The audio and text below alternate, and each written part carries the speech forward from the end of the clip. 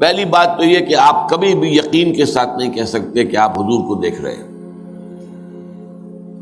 چاہے وہ حضور ہی ہو،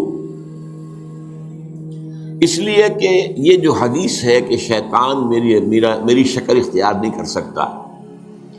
تو اس میں تو ظاہر بات ہے کہ خطاب جو تھا صحابہ سے تھا، صحابہ حضور کو دیکھ چکے ہیں، وہ تو پہچان سکتے نہیں یہ شکل جو اس وقت سامنے آ رہی خواب میں یہ حضور کی ہے یا نہیں ہے، میں اور آپ کیسے کریں گے؟ لہذا اس میں وہ یقین کی بات نہیں ہو سکتی۔ دوسرے یہ کہ آیا اس کی خواہش یہ کوئی بہت اہم شے ہے، بہت ضروری ہے، کہیں ایسا تو نہیں کہ ہم نے جو چیز اہم ہے دین کی وہ تو پیچھے ڈال دی ہو، اور غیر اہم دین شے کے جو ہے وہ ہم اس کی آرزو اپنے دل میں لیے بیٹھے ہوں۔ اہم تو یہ ہے کہ اللہ کے دین کے لیے جہاد کرو، مال کھپاؤ، جان کھپاؤ، ایک جماعت میں شامل ہو جو کام کر رہی ہو، تاکہ وہ جماعت اگر من حیث الجماعت مضبوط ہو جائے تو باطل سے ٹکراؤ۔ اصل بات تو اہم یہ ہے۔ باقی حضور خواب میں آ سکتے ہیں، اس میں کوئی شک نہیں ہے، سچا خواب بھی ہو سکتا ہے، یہ بھی ٹھیک ہے۔ آج بھی سچے خواب جس کے بارے میں حضور نے فرمایا کہ یہ رویا صادقہ یا رویا صالحہ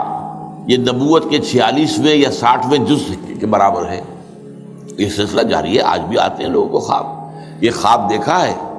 جو واقعہ دیکھا، ایک دن بعد، 2 دن بعد، 3 دن بعد، 4 دن بعد بعین ہی وہ واقعہ ظہور پذیر ہو گیا۔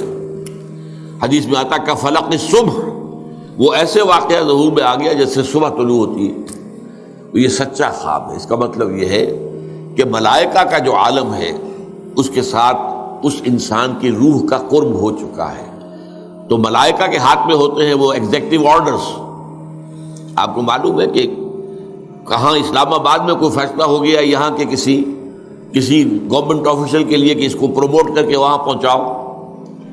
اب ابھی وہ آرڈر فرض کیجئے کہ ابھی ٹیلی فون وغیرہ نہیں تھے تو ٹائپ ہو رہا ہے، ٹائپ ہو کر وہ پھر جائے گا، پھر دستخط ہوں گے، پھر جائے گا لاہور آئے گا، تو وقت لگے گا نا۔ لیکن اس عرصے میں وہاں کا کوئی آدمی جو ہے وہ بتا دیتا ہے اس کو کہ تمہارے لیے یہ آرڈر ہو گئے، بھائی ابھی وہ آرڈر تو نہیں آیا، اس کے پاس پتہ چل گیا کہ آرڈر ہو گئے۔ اسی طریقے سے فرشتے بعض اوقات جو ہے جب کسی کا قرب ہوتا ہے تو ان سے معلوم ہو جاتا ہے انہیں کہ کیا واقعہ ظہور پذیر ہونے والا ہے، وہ واقعہ، اس کا نام ہے رویا صالحہ، رویا صادقہ۔ اور حضرت عائشہ رضی اللہ تعالی عنہ سے جو روایت ہے اور وہ متفق علیہ روایت ہے کہ جو وحی کا آغاز ہوا ہے حضور پر صلی اللہ علیہ وسلم، ان میں سب سے پہلے یہ سچے خواب ہی آپ دیکھتے تھے، تو جو آپ دیکھتے تھے وہ عالم واقعہ میں کفلق صبح، اسی طریقے سے وہ واقعہ ظہور پذیر ہو جاتا تھا۔ یہ گویا کہ آغاز تھا اس کا کہ روح محمدی کا وہ عالم ارواح کے ساتھ، عالم ملائکہ کے ساتھ اب اتصال ہو گیا ہے۔ اب اس کے بعد پھر وحی شروع ہوئی ہے، براہ راست جو ہے وہی حضرت جبرائیل علیہ السلام لے کر آئے، پہلی وحی غار حرا میں۔ تو یہ بات آپ کی جو تھی خواب کی، تو خواب میں حضور آ سکتے ہیں، اس میں کوئی شک نہیں۔ خواب میں کوئی اور بھی ہمارے جو اولیاء اللہ گزرے ہوئے ان کی ارواح میں سے بھی کوئی روح آ سکتی ہے، کوئی شک نہیں، لیکن آپ یقین سے نہیں کہہ سکتے۔ ہو سکتا ہے کہ کسی شیطان نے کہا ہو اور آپ کو وہ کوئی ورغلا رہے ہو، تو دوسری لازمی بات جو ہے وہ ان خوابوں کی یہ ہوگی کہ کوئی